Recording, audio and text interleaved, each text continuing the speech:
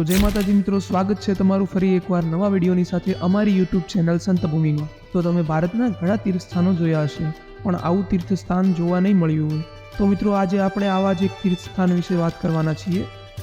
તો વિડીયોમાં છેલ્લે સુધી બન્યા રહેજો અને વિડીયોને લાઇક કરી અને ચેનલને સબસ્ક્રાઇબ કરી દેજો। તો ચાલો વિડીયો શરૂ કરીએ। તો આ મિત્રો આપણે આજે જણાવવાના છીએ એક સંતના જીવન વિશે અને એમના પરચા વિશે। તો એ સંત શ્રી જલારામ બાપા છે। જલારામ બાપાનો જન્મ 4 નવેમ્બર 1799 ગુજરાત રાજ્યના રાજકોટ જિલ્લામાં આવેલી વીરપુર ગામમાં થયો હતો। જલારામ બાપાના પિતાનું નામ પ્રધાન ઠક્કર હતું અને તેમની માતાનું નામ રાજબાઈ હતું।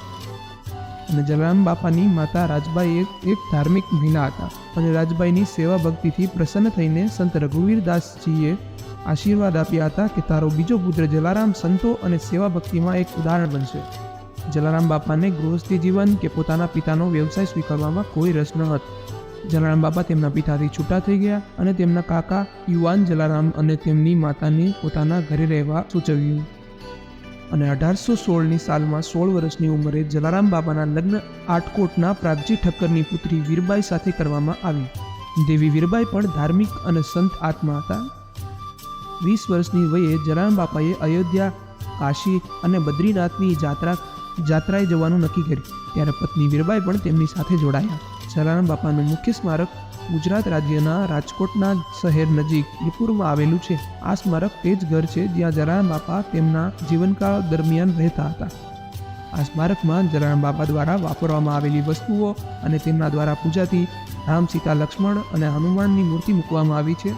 અને અહીં સ્વયંભૂ પ્રભુ દ્વારા અપાયેલી જોડી અને દંડો પણ જોઈ શકાય છે। અને અહીંનું મુખ્ય આકર્ષણ જલારામ બાપાનો ફોટોગ્રાફ છે, જે જલારામ બાપાના જીવતા લેવાયેલો ફોટો છે, જે જલારામ બાપાના મૃત્યુના 1 વર્ષ પહેલાં બ્રિટિશ ફોટોગ્રાફર દ્વારા લેવાયેલો હતો। અહીં ભક્તોએ ભૂતકાળમાં એટલું બધું દાન આપ્યું હતું કે 9 ફેબ્રુઆરી 2000 પછી અહીં ભક્તો પાસે દાન લેવામાં આવતું નથી અને આ ભારતનું એકમાત્ર દેવસ્થાન છે જે કોઈપણ જાતનું દાન લેતું નથી। અને મિત્રો, અહીં જલારામ બાપાએ ઘણા લોકોને પરચા પણ આપ્યા છે। આજના જમાનામાં પણ લોકો એમ માને છે કે જે ખરા હૃદયથી જલારામ બાપાને પ્રાર્થના કરે તો લોકોની મનોકામના પૂર્ણ કરે છે। લોકો એવી પ્રાર્થના કરે છે કે તેમની મનોકામના પૂર્ણ થઈ ગુરુવારે ઉપવાસ કરશે તથા જલારામ બાપાના મંદિરે જવાની માનતા પણ માને છે। જલારામ બાપાના મંદિરો ભારતમાં જ નહીં પણ દેશ વિદેશમાં પથરાયેલા છે।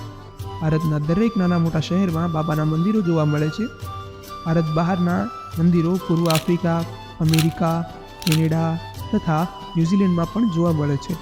તો મિત્રો, આ મંદિર સૌરાષ્ટ્રમાં એક આગવી ઓળખ ધરાવે છે। તો તમે પણ અહીં એકવાર જરૂર જાજો અને કઈ રીતે જવું અને કેટલા ખર્ચમાં જવું એનો આખો વિડીયો જોવા માટે અમારી ચેનલને સબસ્ક્રાઈબ કરી લેજો અને કોમેન્ટ કરી દેજો જય જલારામ બાપા।